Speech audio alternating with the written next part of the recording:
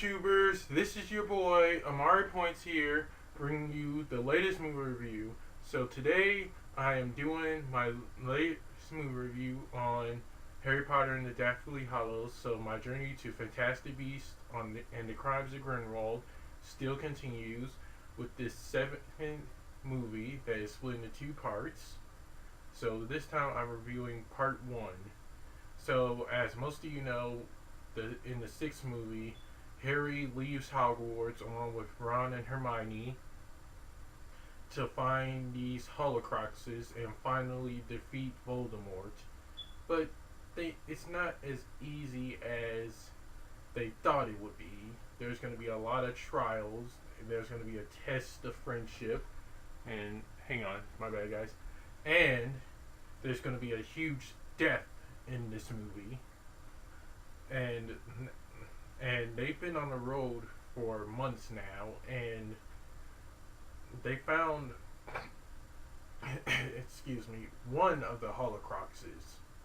And I have to tell you, this movie is just really dark. It's finally starting to get to that darker part where we're going to be seeing an all-out war soon with Harry and Voldemort. So that's going to happen in part 2 of the movie. And I'm telling you, there are a lot of weird moments. There are a lot of really heartbreaking moments in this movie too. We see a lot of few deaths by Mad Eye Moody, who was my all-time favorite character. It's ever since we saw him in the fourth Harry Potter movie. He was just my all-time favorite. And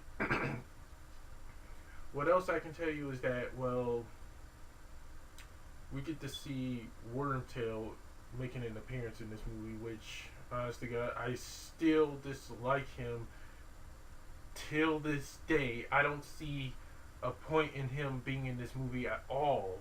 I mean, he could be just one of those background characters that no one enjoys. And wow, he just really, really did not need to be in this movie. I'm wondering, why did they put him in this movie? Really? But all in all, on to my other end. And what else I can tell you about this movie is that, like I said, it sets a really dark tone. We find out more about the Elder Wand. We find out more about the Deathly Hallows and what it represents. That is something that we are just itching to see. We also get to visit Harry's hometown and the grave of his parents. That was one of the most touching moments in all of the movie. I was just crying my eyes out when I saw Harry stand over his parents' grave too. That was just one of those moments that you'll really, really cry on. No words could describe how touching that scene was. And there's also, like I said, it's a little kind of fire going on between Harry and Ron, because I think it was probably because of the Horcrux that Ron was wearing. Hang on, guys. Sorry about that. Yeah, it was definitely the Horcrux that Ron was wearing, and he was seriously going back and forth with Harry. They were both giving each other crap, and I was wondering, why are they fighting? Those words that Ron was saying, that was not him. It was the Horcrux speaking.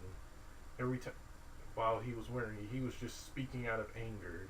He was worried about his family. Something happening to Ginny, his brothers, and everything. I, honest to God, could understand some of that because, well, he was just worried in general. But all in all, this movie, like I said, sets a really dark tone. We're finally getting ready for the ultimate battle, the final battle. And what I love most about this is that, well, it's just about time we finally see a darker Harry Potter movie, because everyone's been itching to see stuff like this. We're finally getting to the final battle, and it's going to be extremely epic. This is just going to be one of those movies that you'll remember for a long time, and especially if you're finally starting to get into the Harry Potter films. And on to the positives and negatives. The positives were we get to see a lot of familiar faces and a lot of new characters, like Professor Lupin. Lupin is an old character. We get to see Ron's older brother Charlie, I believe, and a lot of other new characters that I can't describe or say right now. And we get to see Estrange. She is just one of those crazy characters. The actress that plays her, she is perfect at this role. I forgot her name. Though. I apologize. Emma Stone, Daniel Radcliffe, and Rupert. I think that's how I pronounce his name. Yeah, all of them are back. All of them have been playing these roles for years, and we finally get to see them taking on a serious role like never before. Not in the past Harry Potter movies where they're just, well, kids. They're not kids anymore. They're teenagers, and they're finally taking their roles a lot more seriously in this movie, because they know this is a fight to the finish that they have to see through.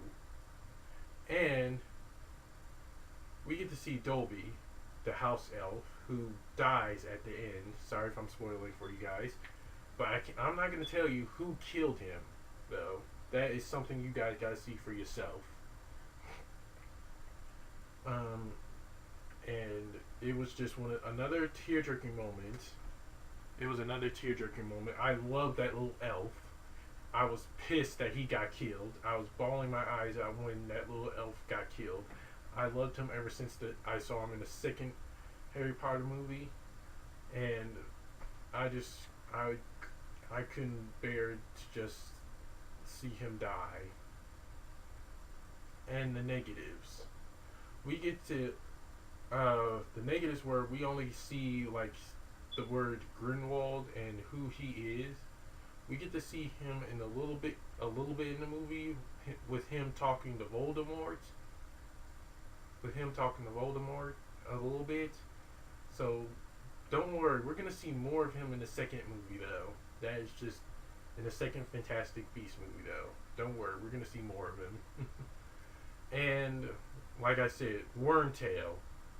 I do not enjoy his character. He was just annoying. He's still annoying to this day.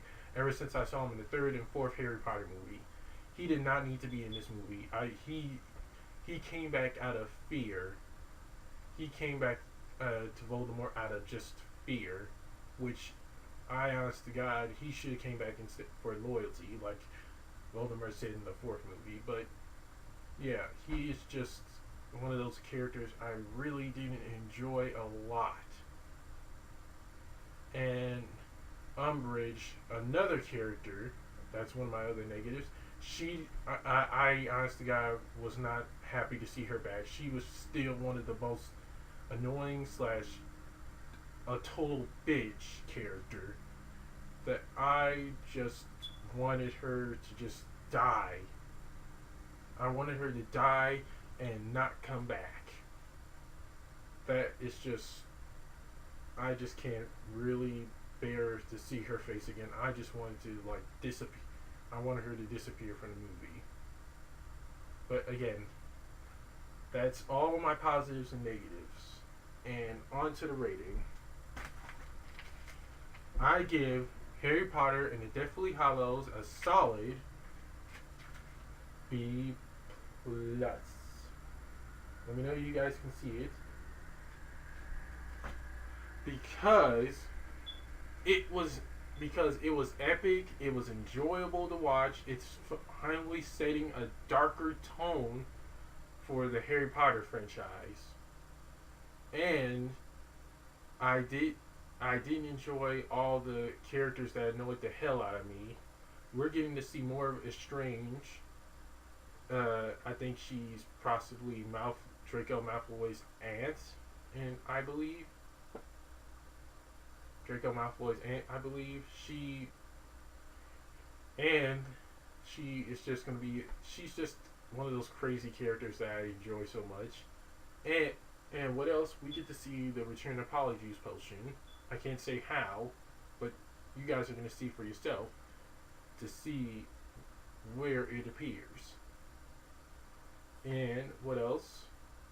We finally get to see Harry Potter in the game leave Hogwarts in search of these Horcruxes on this journey, and finally get a new change of scenery for all three of them. It will be just, it's always, it's really enjoyable to see them traveling and just searching for these Horcruxes that Dumbledore told them to find, so they can destroy Voldemort forever. And I think this is going to be one of the most epic battles that people are going to enjoy watching. And that's it for my movie review. Don't forget to like, comment, subscribe, share, and press that little notification bell at the bottom of my video to get notified when my next movie review is going to be. And also, be sure to follow me on the Stardust app. Be sure to follow me on the Stardust app at Amari106 for my latest movie reaction and trailer reaction. You guys won't be disappointed when you do. And take care and God bless. Peace.